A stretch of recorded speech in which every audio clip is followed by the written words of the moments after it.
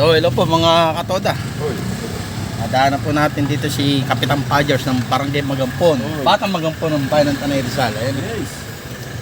So ang kasiyahan po ng bayan ng Tanay talagang dire-diretso po hanggang January.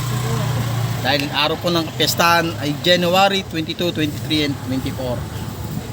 So unang November, Tanay-Hani, Christmas, New Year at ang hinahintay ng lahat ng Katoliko sa bayan ng Tanay, ang kapistahan po ay ano, Kapitan Pagers, Batang Magampon.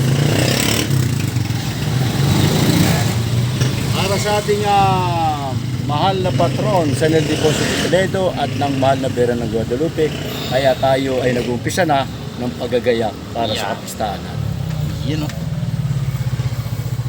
Pero maming gabi, sabit na eh. So, Di po. yeah. Di po ni